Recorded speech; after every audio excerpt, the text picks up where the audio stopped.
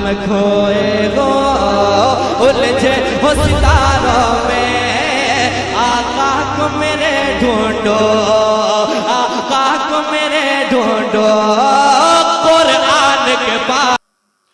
اعوذ باللہ من الشیطان الرجیم، بسم اللہ الرحمن الرحیم۔ انا اکرمکم عند اللہ اتقاکم۔ آمنت باللہ، صدق اللہ العظیم۔ باوقار علماء ملت اسلامیہ، معزز سامعین حضرات، اہل سنت والجماعت کی جملہ محافل کے دستور کے مطابق وجہ تخلیق کائنات دونوں عالم کے مالک و مختار محمد مصطفیٰ مجتبیٰ مرتضیٰ صلی اللہ علیہ وسلم کی بارگاہ لاثانی میں ہدیہ درود و سلام پیش کرنے کی سعادت حاصل کریں۔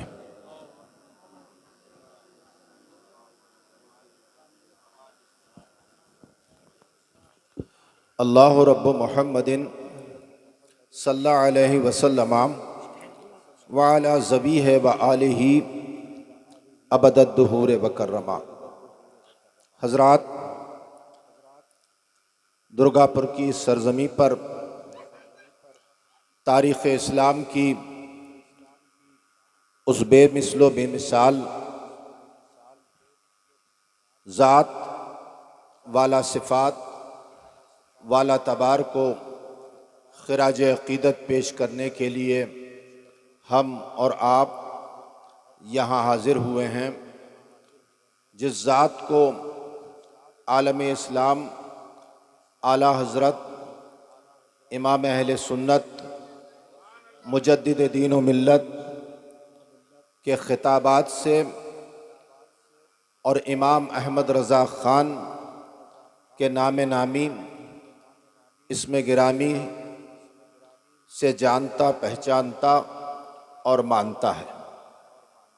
بلا شبہ جس ذات کی طرف ایک مسلک کو منسوب کیا جاتا ہو اور جو ذات اہل سنت والجماعت کی پہچان بن گئی ہو، اس ذات کی عظمت کا بیان کرنا ہم جیسے کم علم کے بس کی بات نہیں۔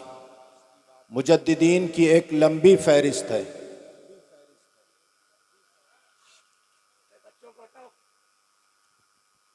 1400 سال کا عرصہ گزر گیا۔ ان 1400 سال میں اللہ تبارک و تعالیٰ نے وہ نفوس قدسیہ اس سرزمین کے اوپر بھیجے جو بلا شبہ اپنی تمام تر زندگی دین مصطفیٰ کی فلاح اور ترقی کے لیے گزار کر اس دنیا سے چلے گئے۔ دونوں عالم کے مالک و مختار وجہ تخلیق کائنات کی ذات پر اور آپ کے ایک چشمہائے اقدس کے اشارے پر صحابہ اکرام نے اپنی جانوں کی قربانی دی ہے، اپنا مال قربان کیا ہے، اپنی جان قربان کی ہے، اپنی اولاد کو قربان کیا ہے۔ اور یہی نہیں بلکہ سچائی یہ ہے کہ صحابہ اکرام نے رسول کائنات کی محبت میں اپنے وطن کو بھی چھوڑا ہے۔ اسی صف میں صحابہ اکرام کی اتباع کرتے ہوئے مجددین نے اپنی زندگی کو اس شان کے ساتھ گزارا کہ زمین اور آسمان نے ان کے وجود پر رشک کیا۔ آسمان اس حیثیت سے رشک کرتا تھا اور کرتا ہے کہ ہمارے سائے کے اندر اللہ تبارک و تعالیٰ کا وہ بندہ پروان چڑھ رہا ہے کہ جس بندے نے اپنی زندگی کا لمحہ لمحہ دین مصطفیٰ کے لیے وقف کر دیا، اور زمین اس حیثیت سے اپنے اوپر ناز کرتی ہے کہ آج وہ ذات میری پشت پر اپنے قدموں کو رکھتی ہے کہ کہ جس ذات کے اوپر عرش الہی کے فرشتے بھی رشک کیا کرتے ہیں۔ حضرات، پہلی صدی کے پہلے مجدد گزرے ہیں حضرت عمر ابن عبد العزیز، تاریخ اسلام کی وہ عبقری اور بے مثال شخصیت کہ خدا کی قسم میں بلا خوف تردید کہتا ہوں کہ قیامت تک یہ آسمان اور یہ زمین عمر ابن عبد العزیز کا ثانی نہیں پائے گی۔ زہد و تقوی، عبادت و ریاضت اور خدمات دین میں عمر ابن عبد العزیز نے ورا کی اس منزلوں کو عبور کیا تھا کہ آج تک عمر ابن عبد العزیز کا جواب نہ آسمان نے دیکھا نہ زمین نے دیکھا، اور بلا خوف تردید کہوں کہ خدا کی قسم عمر ابن عبد العزیز کا جواب قیامت تک آسمان اور زمین نہیں دیکھ پائیں گے۔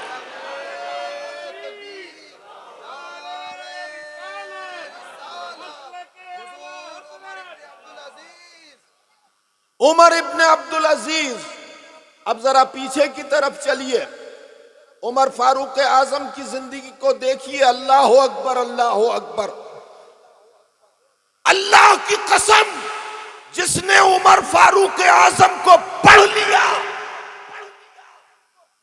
پوری زندگی اس کی آنکھوں میں ایک آنسو عمر فاروق اعظم کے لیے قائم رہے۔ رسول کائنات کے قدم ناز کے اوپر اپنے قدموں کو رکھ کر اللہ کے رسول کے حضور میں عرض کرنے والی وہ ذات کہ باطل ببانگ دوہل اپنے معبودان باطلہ کی عبادت کرتا ہے، اور ہم 18,000 عالم کے خالق کی عبادت کمرے میں چھپ کر کرتے ہیں۔ یا رسول اللہ، آج عمر آپ کی غلامی میں آیا ہے، آج اگر سجدہ ہوگا تو جماعت کے ساتھ کعبے کے سامنے ہوگا۔ یہ مسلمانوں کی پہلی جماعت تھی جو عمر کی جرت کی بنیاد کے اوپر رسول کائنات کی قیادت اور امامت میں کعبے کے سامنے اللہ کے حضور میں سجدہ ریز ہوئی تھی۔ اب اس عمر فاروق اعظم کو دیکھیے، اور پھر میں آپ کو بتاؤں گا کہ عمر ابن عبد العزیز کیا ہیں۔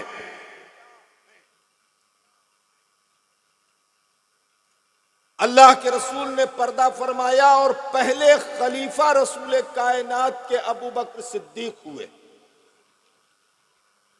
اور ابو بکر صدیق نے اپنے وصال سے پہلے عمر فاروق اعظم کو خلیفہ نامزد فرما دیا۔ رسول کائنات کے 4 خلفاء میں تنہا عمر فاروق اعظم کی ذات ہے کہ جس کا انتخاب نہیں کیا گیا بلکہ ابو بکر صدیق نے نامزد فرما دیا۔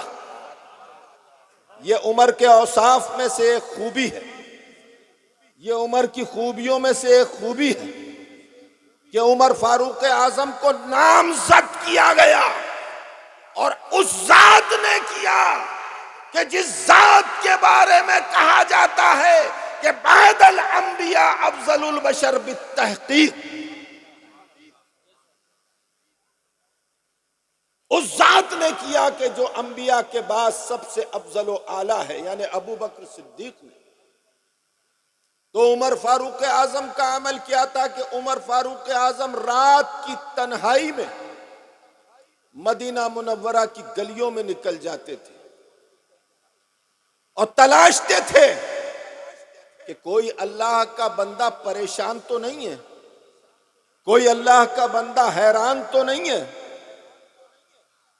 کوئی اللہ کا بندہ غمزدہ تو نہیں ہے، کوئی اللہ کا بندہ بیمار تو نہیں ہے، کسی گھر میں چوری یا ڈکیتی تو نہیں ہو رہی، کسی گھر میں کسی کے اوپر ظلم و ستم تو نہیں ہو رہا۔ رات بھر اللہ تبارک و تعالیٰ کا یہ بندہ مدینے کی گلیوں میں ٹہلتا رہتا.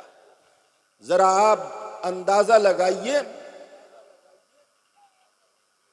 آج لوگ خدمت کا دعویٰ کرتے ہیں کہ ہم نے یہ خدمت کی، ہم یہ خدمت کر رہے ہیں، ہم وہ خدمت کر رہے ہیں.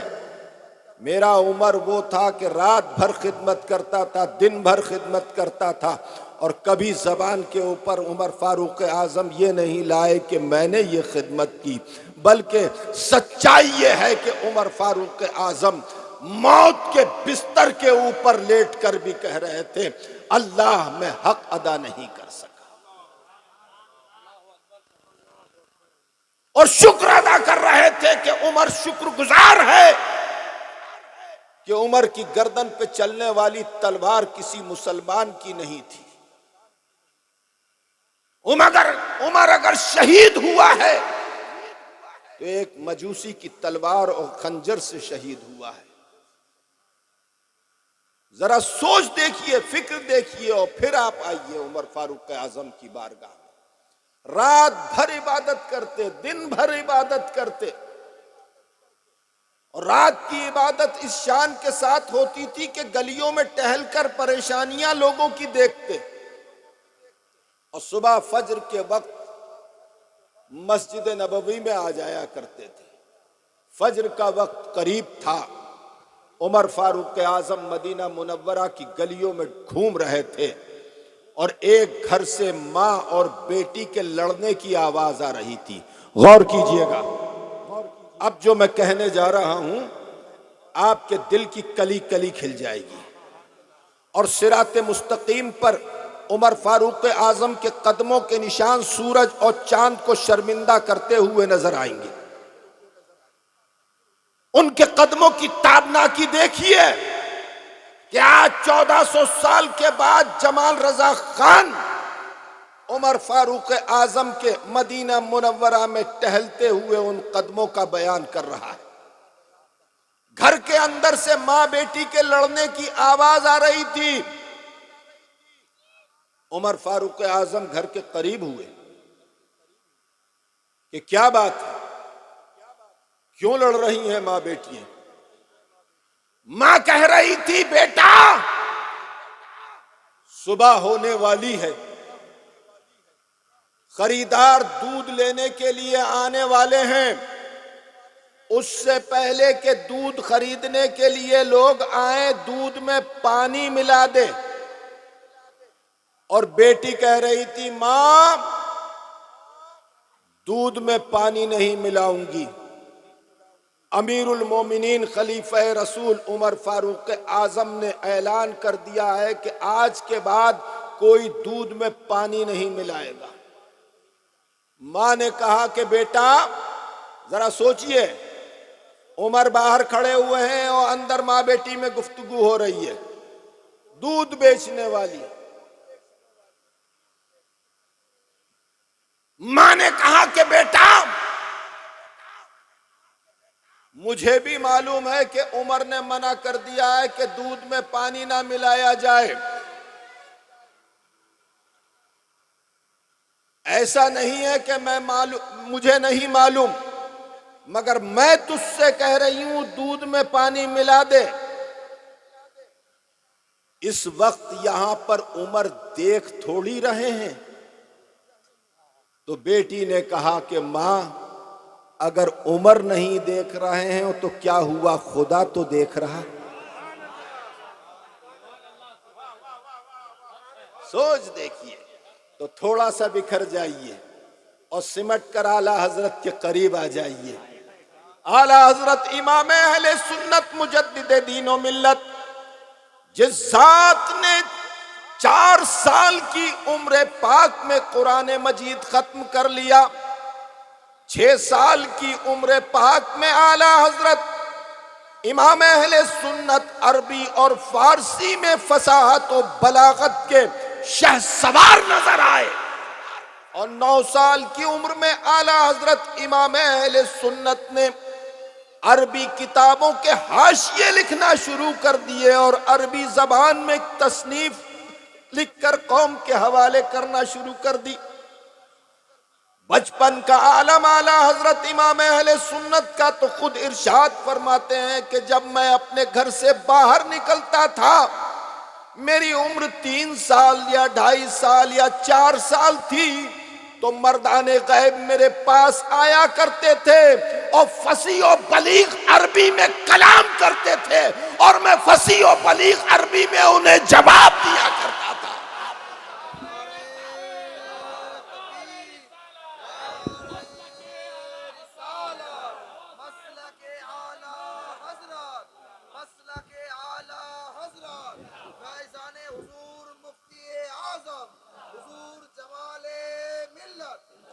مردان غیب ہر کس و ناکس کے پاس نہیں جایا کرتے، مردان غیب اسی کے پاس جایا کرتے ہیں جو اپنے وقت کا فرد فرید ہوا کرتا ہے۔ میں نے الحمدللہ ثم الحمدللہ حضور مفتی اعظم کے پاس مردان غیب کو کثرت کے ساتھ آتے ہوئے دیکھا ہے۔ میں ان میں سے نہیں ہوں جو کتابیں چاٹتے ہیں، میں ان میں سے ہوں جو اپنے مرشد کے غسالے کو پیا کرتے ہیں۔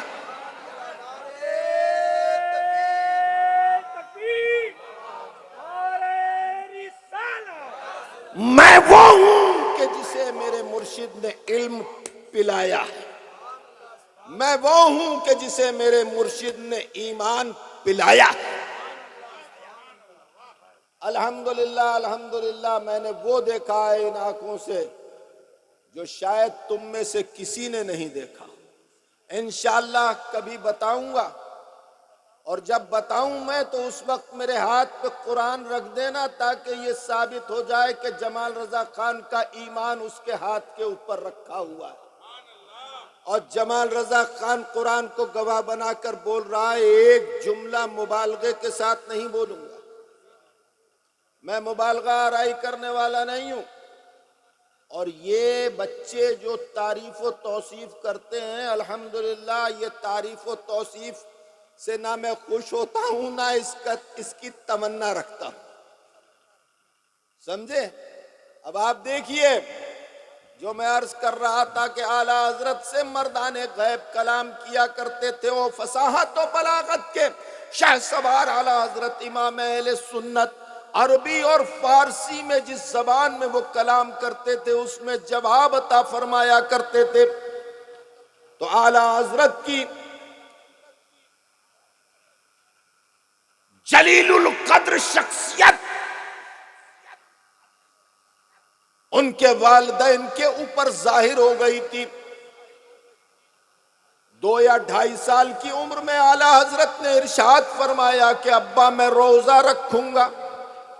ہائے ہائے ہائے ہائے ہائے ہائے ہائے، اعلیٰ حضرت کو دیکھیے 2-2.5 سال کی عمر میں ارشاد فرما رہے ہیں، اور 2-2.5 سال کی عمر میں 2 سال کی عمر میں بچہ اپنی ماں کے پستان سے لپٹا رہتا ہے، اور اس عمر میں اعلیٰ حضرت ارشاد فرما رہے ہیں کہ میں روزہ رکھوں گا۔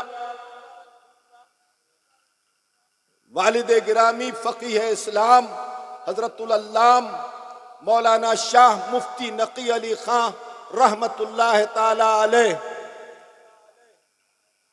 جن کی علمی جلالت کا لوہا اس زمانے کے بڑے بڑے فقہاء اور بڑے بڑے نامور علماء مانتے تھے، اور ہماری ماں کہا کرتی تھیں کہ جس طرح سے پوری دنیا کے اندر اس وقت اگر اعلیٰ حضرت کہا جائے تو دھیان بریلی کی طرف جاتا ہے، مفتی اعظم کہا جائے تو دھیان بریلی کی طرف جاتا ہے، سرکار نقی علی خان کے زمانے میں اگر علماء کے بیچ علامہ کہا جاتا تھا تو سب کی توجہ سرکار نقی علی خان کی طرف جاتی تھی۔ بالاتفاق اجماع تھا علماء کا کہ سرکار نقی علی خان اپنے وقت کے علامہ ہیں۔ تو سرکار نقی علی خان سے عرض کیا کہ میں روزہ رکھوں گا۔ سرکار نقی علی خان نے فرمایا کہ بیٹا ابھی تم بہت چھوٹے ہو، گرمی کے دن ہیں اور بہت بڑا روزہ ہے، 17 گھنٹے کا روزہ ہے، جب سردیاں آئیں تو روزہ رکھ لینا، اس وقت پیاس اور گرمی تم سے برداشت نہیں ہوگی۔ عرض کیا ابا میں روزہ رکھوں گا، منع مت کیجئے۔ بیٹے کی آنکھوں میں آنسو آ گئے، باپ نے سینے سے لگا کر رخسار کو بوسہ دیا اور کہا کہ اچھا بیٹا رکھ لینا۔ ہائے ہائے، روزہ رکھنے کے لیے روزہ رکھنے کے لیے رو رہے ہیں، سمجھے؟ الحمدللہ الحمدللہ، میری بیٹی نے 4 سال کی عمر سے روزے رکھے، اور 4 سال کی عمر میں روزہ رکھا میری بیٹی نے، اور آج تک کوئی روزہ اس کا نہیں چھوٹا۔ آج تک میری بیٹی پورے مہینے کے روزے رکھتی ہے جب تک اس کے اوپر روزہ فرض ہے، ہر اس دن کا۔ 4 سال کی عمر سے رکھ رہی ہے۔ میرے چھوٹے بچے کا بھی یہی عالم ہے، محمد رضا خان کا، انہوں نے بھی 5-6 سال کی عمر سے روزہ رکھے، آج تک روزے رکھ رہے ہیں۔ یہ صرف اور صرف مفتی اعظم اور اعلیٰ حضرت کا فیضان ہے، ہماری کوئی تربیت نہیں۔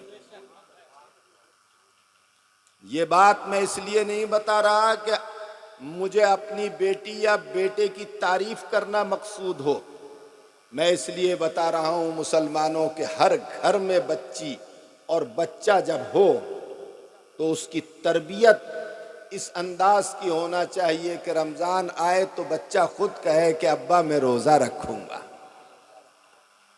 اللہ اکبر اللہ اکبر۔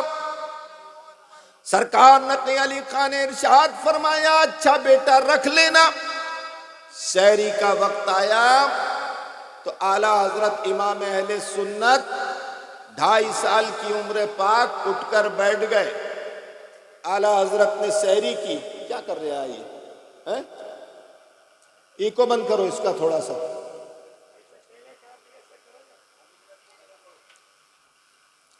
اعلیٰ حضرت نے سحری کی، فجر کی نماز ادا کی اعلیٰ حضرت امام اہل سنت نے، اور جب سورج شباب پر آیا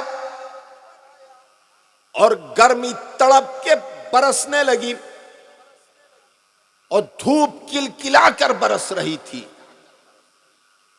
بڑے بڑوں کے گلے سوکھ رہے تھے، تو سرکار نقی علی خان نے ارشاد فرمایا اعلیٰ حضرت امام اہل سنت سے 2.5 سال کی عمر کے اپنے اس شہزادے سے کہ بیٹا آؤ کمرے میں چلتے ہیں۔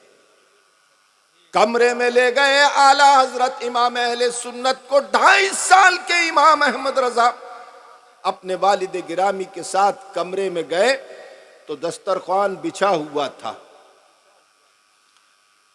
ٹھنڈے پانی کے مشکیزیں رکھے ہوئے تھے، آئس کریم رکھی ہوئی تھی، دودھ اور برف کی، مرغا رکھا ہوا تھا، بکرا رکھا ہوا تھا، پکوڑیاں رکھی ہوئی تھی، پاپڑ رکھے ہوئے تھے، لوازمات رکھے ہوئے تھے، اور پورے کمرے میں خوشبو پھیل رہی تھی۔ اپنے بیٹے سے 2.5 سال کے سرکار نقی علی خان نے کہا کہ بیٹا بیٹھ جاؤ۔ اعلیٰ حضرت بیٹھ گئے۔ ارشاد فرمایا بیٹا میں نے کمرہ بند کر لیا ہے، میں نے چاروں طرف سے کمرہ بند کر لیا ہے، نہ تمہاری ماں کو معلوم ہے، نہ تمہارے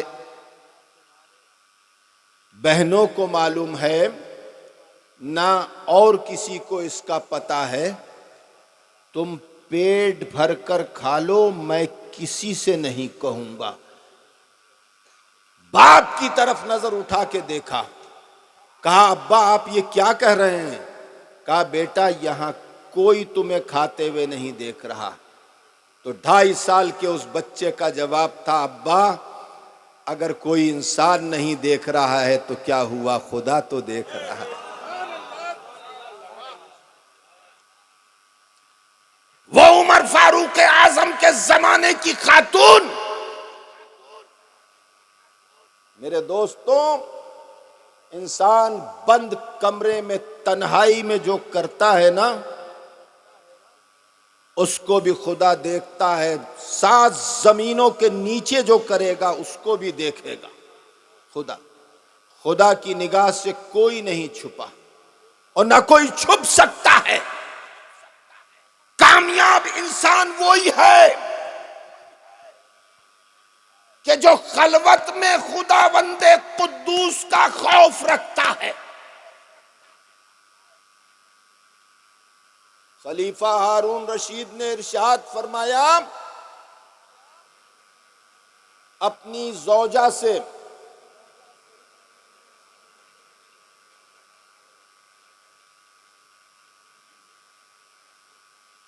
کسی مسئلے کو لے کر، اب وہ مسئلہ کیا تھا میرے ذہن میں اس وقت نہیں، بہرحال آپس میں بحث ہوئی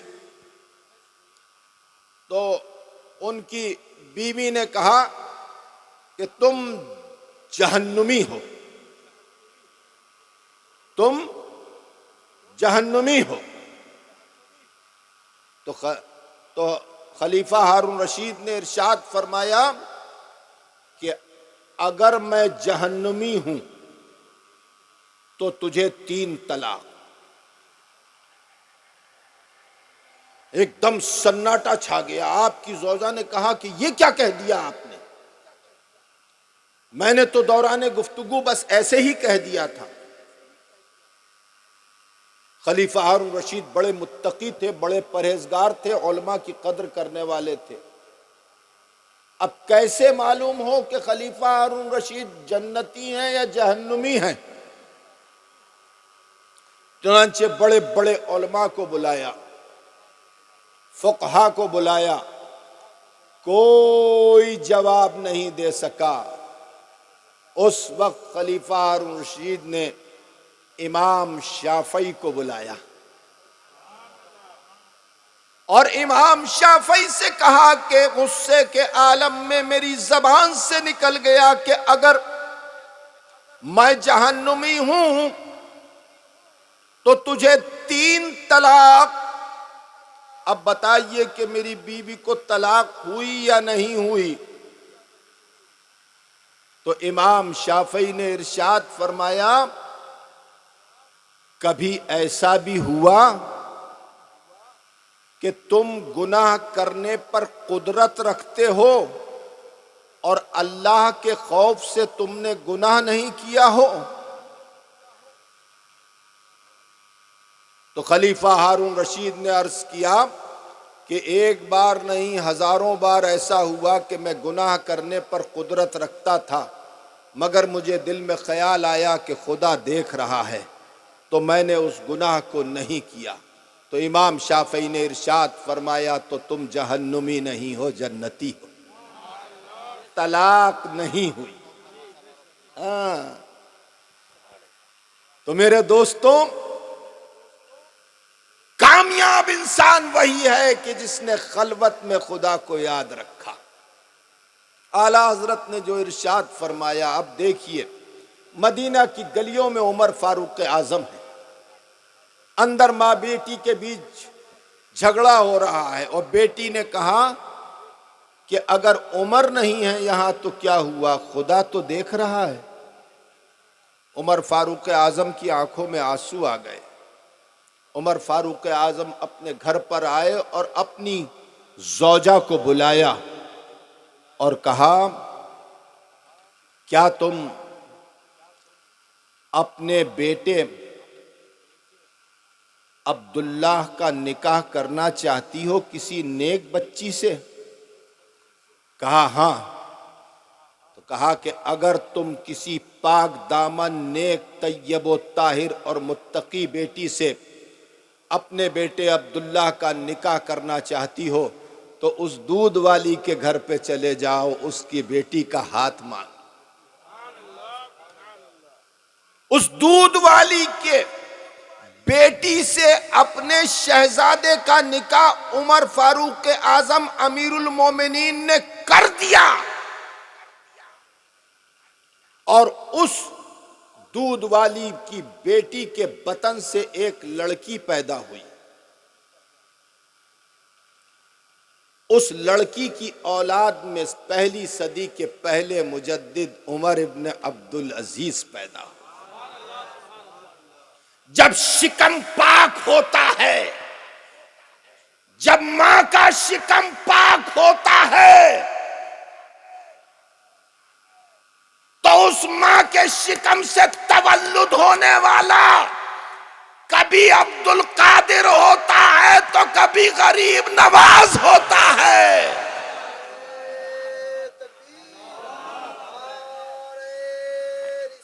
کبھی بختیار کاکی ہوتا ہے تو کبھی نظام الدین اولیاء ہوتا ہے. کبھی صابر کلیری ہوتا ہے تو کبھی غوث بنگالہ ہوتا ہے. کبھی امام احمد رضا خان ہوتا ہے تو کبھی مفتی اعظم ہوتا ہے. ناپاک برتن کے اندر ناپاک چیز رکھی جاتی ہے، پاک چیز نہیں رکھی جاتی. زمزم کو شراب کے برتن میں نہیں رکھا جاتا اور شراب کو زمزم کے ساتھ نہیں ملایا جاتا. میرے دوستوں، یہ عمر ابن عبدالعزیز ہیں جو اس بیٹی کے بطن سے پیدا ہونے والی بیٹی کے بطن سے پیدا ہوئے ہیں کہ جو دودھ بیچنے والی کی بیٹی تھی مگر متقی تھی، پرہیزگار تھی. اور اللہ نے یہی فرمایا انا اکرمکم عند اللہ اتقاکم. اللہ کے نزدیک مکرم وہی ہے، بڑا وہی ہے جو متقی ہے. اب آپ دیکھیے عمر ابن عبدالعزیز کو میں آپ کو بتا دوں کہ عمر ابن عبدالعزیز کیا تھے. عمر ابن عبدالعزیز وہ تھے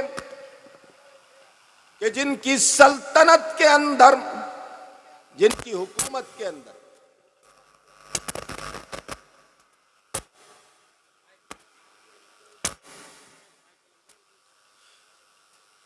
جن کی حکومت کے اندر، جن کی سلطنت کے اندر شیر، بھیڑیا، بکری ایک ہی ندی کے کنارے پر ساتھ میں کھڑے ہو کر پانی پیا کرتے تھے.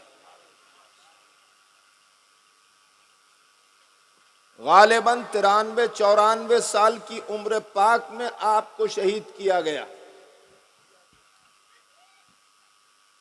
عمر ابن عبدالعزیز کو 93-94 سال کی عمر میں شہید کیا گیا آپ کو. اب آپ کی سلطنت کو دیکھیے. بھیڑیا، شیر، بکری ندی کے ایک ہی کنارے پر ساتھ میں کھڑے ہو کر پانی پیا کرتے تھے. نہ شیر بھیڑیے پر حملہ کرتا تھا، نہ بھیڑیا بکری پر حملہ کرتا تھا. یہ عمر ابن عبدالعزیز کی سلطنت تھی. جب انصاف کرنے والا بادشاہ ہوا کرتا ہے تو دنیا کے اندر جانور بھی ایک دوسرے کے اوپر ظلم نہیں کیا کرتے. عمر فاروق اعظم کے قدموں کے نیچے جب پہاڑ کانپا تھا تو عمر نے ٹھوکر مار کر کہا تھا کیوں کانپتا ہے؟ کیا میں نے تیرے اوپر انصاف نہیں کیا؟ یہ انصاف کرنے والے بادشاہ ہوا کرتے ہیں کہ جن کی سلطنت میں چین، سکون، امن اور خوشحالی ہوا کرتی ہے. ایک چرواہا اپنی بکریوں کو چرا رہا تھا. اچانک بھیڑیے نے ایک بکری کے بچے پر حملہ کر دیا. چرواہا چیخ مار کے رونے لگا اور اپنے سینے کو پیٹنے لگا، اپنے سر کو پیٹنے لگا. لوگ جمع ہو گئے. کہا کیوں روتا ہے؟ اللہ تبارک و تعالیٰ نے ہزاروں سینکڑوں بکریاں تجھے دی ہیں، ایک بکری کے بچے کو اگر بھیڑیا لے گیا تو اس پر اتنا ماتم کر رہا ہے. اس چرواہے نے کہا کہ بکری کے بچے کے جانے کا غم نہیں ہے، آج بھیڑیے نے بکری کے بچے پہ حملہ کر لیا، خدا کی قسم عمر ابن عبدالعزیز اب اس دنیا میں نہیں رہے۔ یہ پہلی صدی کے پہلے مجدد تھے میرے دوستوں۔ جتنا بھی ایسے اشخاص کو یاد کیا جائے کم ہے۔ خدا کی قسم یہ زمین نہیں عرش کا ستون ہے۔ یہ وہی لوگ ہیں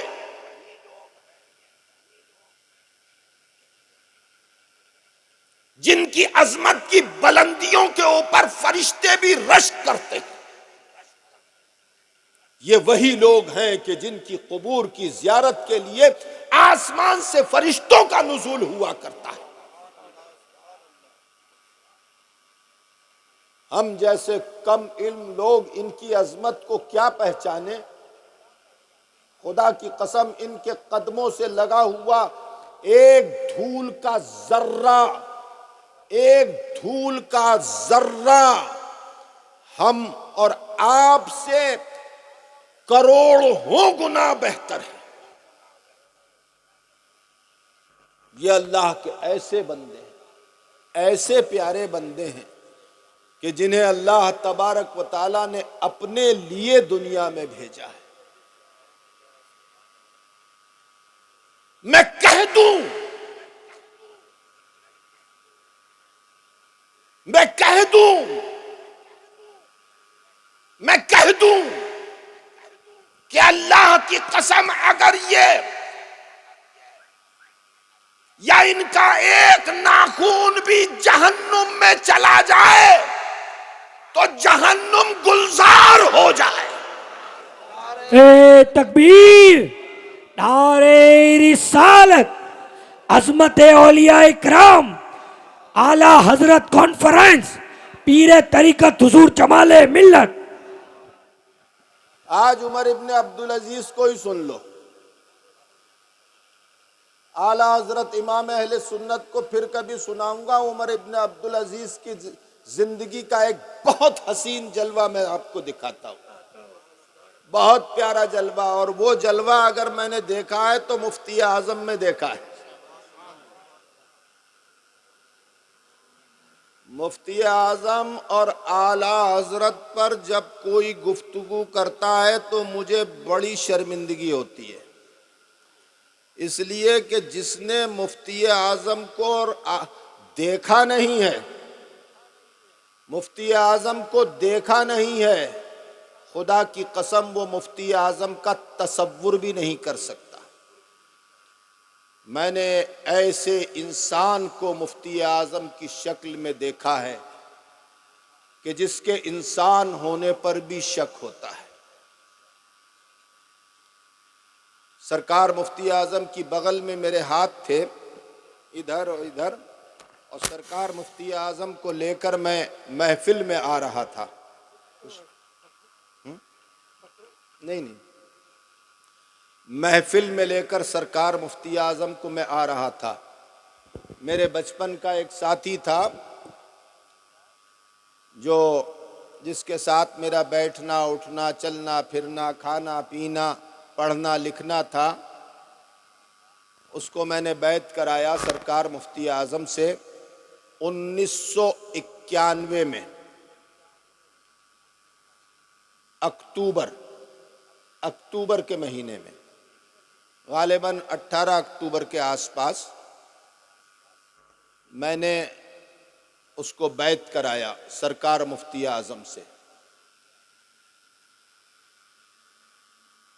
اور جب سرکار مفتی اعظم کا وصال ہو گیا تو اس نے روتے ہوئے مجھ سے کہا کہ میاں اگر میری زندگی میں میرے خون کا قطرہ قطرہ آپ مانگو اور میں آپ کو دے دوں تب بھی آپ کا یہ احسان میں نہیں اتار سکتا کہ آپ نے مفتی اعظم کی زیارت کرا دی اور ان سے بیعت کرا دی۔ پھر میں نے کہا کہ تم نے کیسا پایا اپنے پیر کو؟ کہا کہ جس وقت محفل میں لے کر آپ مفتی اعظم کو آ رہے تھے تو میں سوچ رہا تھا کہ جمال میاں کے ہاتھ میں اس وقت جو سہارا دے کر لے جا رہا تھا نا، جمال میاں کے ہاتھ میں اس وقت جو ذات ہے وہ انسان ہے یا فرشتہ؟ کبھی بتاؤں گا کہ مفتی اعظم کے بارے میں اس وقت علماء کا کیا عمل تھا، مگر ابھی میں عمر ابن عبدالعزیز کے بارے میں بتا رہا ہوں۔ عمر ابن عبدالعزیز پہلی صدی کے پہلے مجدد، اللہ اکبر اللہ اکبر، انصاف کا وہ پرچم بلند کرنے والی ذات کہ عرب کی سرزمین پر اس نے اپنا پرچم انصاف کا لہرایا تو اس انصاف کے پرچم کی پھڑ پھڑ کی آواز عرش الہی پر سنائی دے رہی ہے۔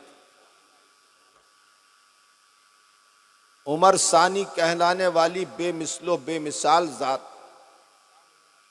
عمر ابن عبدالعزیز، آپ کی بارگاہ میں ایک عورت آئی بغداد سے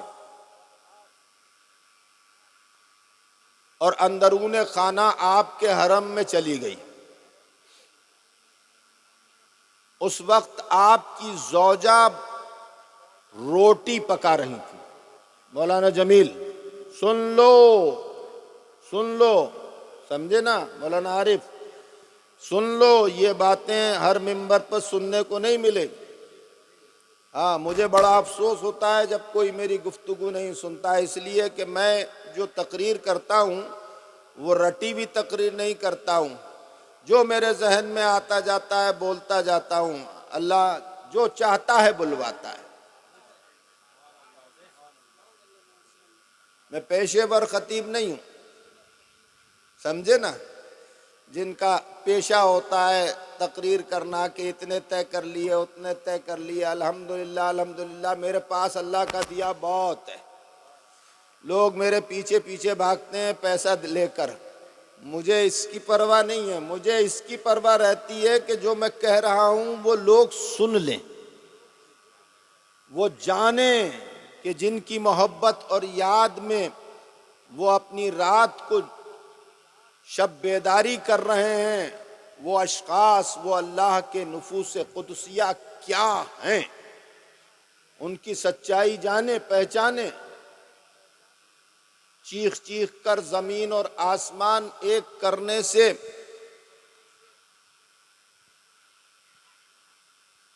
تقریر نہیں ہو جاتی، سمجھے؟ ہمارے بزرگ بڑی خاموشی سے گفتگو کرتے تھے جو ذہن کے اندر اتر جاتی تھی۔ آج کل کے مقرر جو ہے اپنے کود کود کے چیختے ہیں، بری طرح سے چیختے ہیں، پڑھا لکھا آدمی ویسے ہی اٹھ کے چلا جاتا ہے، سمجھے نا۔ الحمدللہ الحمدللہ، یہ مولانا گلزار احمد صاحب قادری رضوی سورت کے رہنے والے اور میں، ہم لوگ، ان کی بڑی محبت کی بات ہے کہ یہ میرے ساتھ رہتے ہیں سفر پر، بڑے کاروباری ہیں اور فی سبیل اللہ دین کی خدمت کرتے ہیں، لاکھوں روپیہ خرچ کر دیتے ہیں دین کی راہ میں، یہ ہوں یا میں ہوں۔ الحمدللہ ہم لوگ تقریر کیا کرتے ہیں تو وہ گفتگو کرنے کی کوشش کرتے ہیں کہ جو گفتگو سن کر اصلاح ہو جائے، یا جس موضوع پر گفتگو ہے، جس ذات کو لے کر، اس ذات کی عظمت دل و دماغ کے اندر بیٹھ جائے، سمجھے نا۔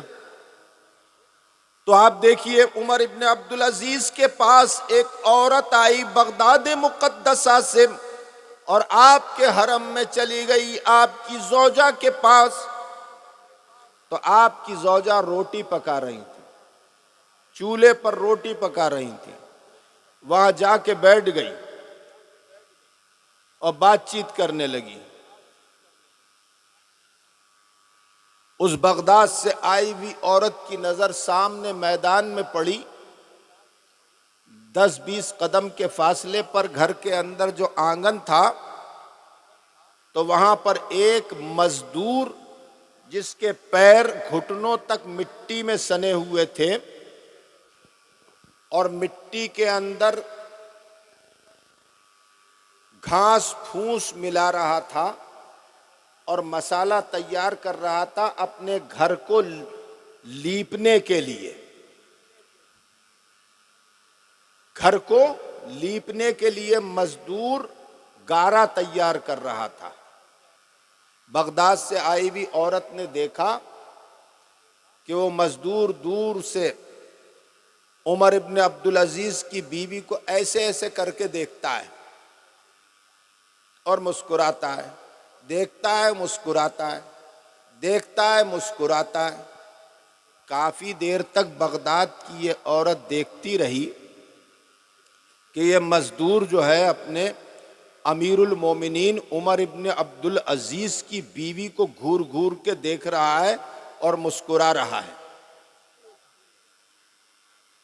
آخر اس عورت سے نہیں رہا گیا اور اس عورت نے کہا عمر ابن عبدالعزیز کی بیوی سے کہ مخدومہ، یہ مزدور جو آنگن میں گارا سان رہا ہے بڑا بدتمیز اور بیہودہ ہے. کہا کیوں، کیا ہو گیا؟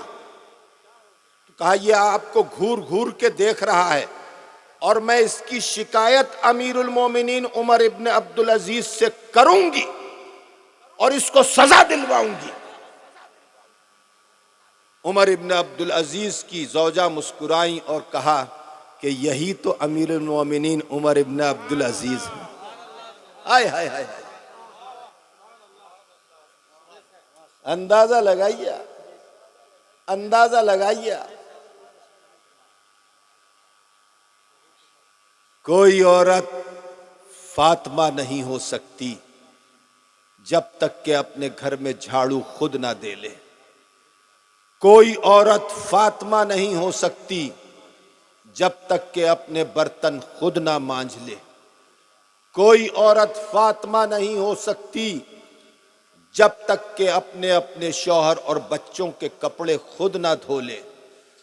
کوئی عورت فاطمہ نہیں ہو سکتی جب تک کہ اپنے شوہر اور بچوں کے لیے کھانا نہ پکا لے. کوئی عورت فاطمہ نہیں ہو سکتی جب تک کہ اپنے شوہر کی خدمت کا حق ادا نہ کر دے. کوئی عورت فاطمہ نہیں ہو سکتی جب تک کہ اپنے بچوں کو پال پوس کے تربیت حسین کر کے حسن و حسین نہ بنا دے. اللہ کی قسم، کوئی اللہ والا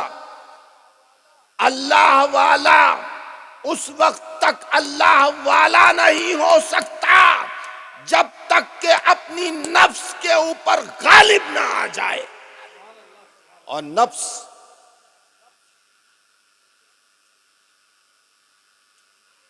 کے تقاضوں کو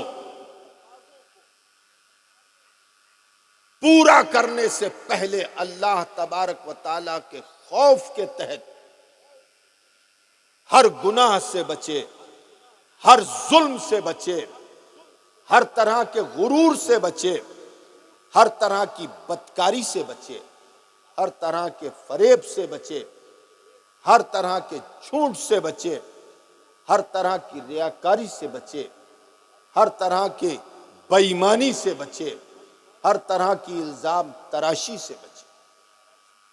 جب انسان اپنی نفس کے اوپر قابو پا لیا کرتا ہے تو سب سے پہلے انسان کا غرور ختم ہو جاتا ہے. جس نے اپنے علم پر غرور کیا ہلاک ہو گیا، جس نے اپنے تقوی پر غرور کیا ہلاک ہو گیا، جس نے اپنی پرہیزگاری پر غرور کیا ہلاک ہو گیا، جس نے اپنی عبادت پر غرور کیا ہلاک ہو گیا، جس نے اپنے زہد پر غرور کیا ہلاک ہو گیا، جس نے اپنی ریاضت پر غرور کیا ہلاک ہو گیا، جس نے اپنی دولت پر غرور کیا ہلاک ہو گیا، جس نے اپنے حسب نسب پر غرور کیا ہلاک ہو گیا، جس نے اپنی طاقت پر غرور کیا ہلاک ہو گیا. جس نے اپنی عزت پر غرور کیا ہلاک ہو گیا، جس نے اپنی شہرت پر غرور کیا ہلاک ہو گیا، جس نے اپنے منصب پر غرور کیا ہلاک ہو گیا، جس نے اللہ کی عطاؤں پر اللہ کی عطاؤں پر غرور کیا ہلاک ہو گیا، اور جس نے اللہ کی عطاؤں پر شکر ادا کیا وہ کامیاب ہو گیا۔ اے تکبیر، نعرہ رسالت، مسلک اعلی حضرت، فیضان اعلی حضرت، دین اسلام، پیر طریقت حضور جمال ملت۔ میرے دوستوں، آپ سب مبارکباد کے مستحق ہیں کہ سرکار اعلی حضرت امام اہل سنت مجدد دین و ملت فاضل بریلوی رضی اللہ تعالی عنہ کی ذات والا صفات کو خراج عقیدت پیش کرنے کے لیے اس محفل کا انعقاد کیا۔ اعلی حضرت امام اہل سنت کی محبت، عقیدت، الفت، وفاداری سچے ایمان کی دلیل ہے۔ میں کہتا ہوں اس لیے نہیں کہ میں اعلی حضرت کا غلام ہوں، یہ ایک حقیقت ہے، ایک سچائی ہے کہ اعلی حضرت امام اہل سنت سے جتنی محبت کی جائے کم ہے، اور ان کے فرمودات، ان کے ارشادات اور ان کے مسلک پر اور ان کے بتائے ہوئے راستے پر مضبوطی کے ساتھ قدم رنجا کیے جائیں اور اس راستے کے اوپر ہم چلیں کہ جس راستے کے اوپر اعلی حضرت نے اپنے قدموں کے نشان سورج اور چاند کی مانند روشنی کے لیے چھوڑ دیے ہیں۔ بلا شبہ عرب اور عجم کی سرزمین پر اعلی حضرت امام اہل سنت کو 14ویں صدی کا مجدد تسلیم کیا جاتا ہے۔ ایک عالم دین نے مجھ سے کہا کہ حضرت، مصر یونیورسٹی میں اس کی ویب سائٹ پر جا کر میں نے دیکھا تو مجددین کی فہرست تھی۔ پہلی صدی کے مجدد عمر ابن عبدالعزیز سے لے کر تو میں سب کو دیکھتا گیا اور سب کی سوانح عمری تھی۔ جیسے جیسے آخر کی طرف میں بڑھا، میں جلال الدین سیوطی تک آیا تو میرے دل کی دھڑکن تیز ہو گئی کہ یہ مصر یونیورسٹی کی ویب سائٹ ہے، اس پر مجددین کی فہرست ہے، کہیں ایسا تو نہیں کہ تعصب میں ہمارے اعلی حضرت کا نام نہ لکھا ہو۔ میں آگے بڑھا اور جب 14ویں صدی کے مجدد کے لیے میں نے کلک کرنا چاہا تو کچھ دیر کے لیے میری سانس رک گئی اور ہاتھ کو میں نے روک لیا، اور اس کے بعد بسم اللہ کر کے میں نے کلک کیا تو آیا لکھا ہوا امام احمد رضا بریلوی۔ نعرہ رسالت، مجدد اعظم حضور اعلی حضرت، مجدد اعظم حضور اعلی حضرت، 15ویں صدی کے مجدد حضور مفتی اعظم پیر طریقت حضور جمال ملت۔ کافی وقت ہو گیا، کافی رات ہو گئی، اللہ تبارک و تعالیٰ اس جلسے کو قبول فرمائے اور رسول اللہ سے لے کر مفتی اعظم تک سب کے فیوز و برکات سے ہمیں آپ کو سب کو مالا مال فرمائے۔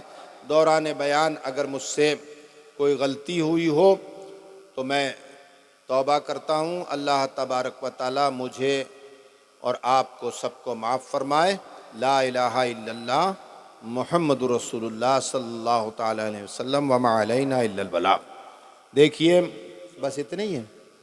ہاں، یہ تعویذ ہے میرے پاس، یہ میں نے حرم میں لکھے ہیں، کعبے کے سامنے بیٹھ کے اور روضے کے سامنے بیٹھ کر، جملہ مقاصد کے لیے یہ تعویذ ہے۔ اعلیٰ حضرت و مفتی اعظم کے استخراج کیے ہوئے ہیں. صلاۃ و سلام و دعا کے بعد ایک ایک تعویذ آپ سب لے لیجئے گا اور ایک کوئی پرہیزگار نگاہ نیچی کر کے تقسیم کرنے والے کو وہاں بھیج دیجئے گا، عورتوں میں تقسیم کر دیں. ہیں